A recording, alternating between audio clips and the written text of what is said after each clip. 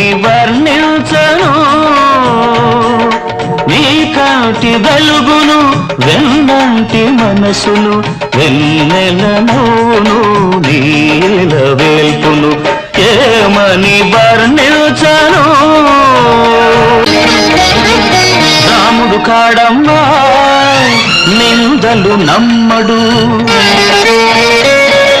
కృష్ణుడు కాడమ్మా సవతులు ఉండరు కళ్ళు లేవని నీకు కలతింకవలదమ్మ తన కళ్ళతో జగతి చూపించగలడమ్మా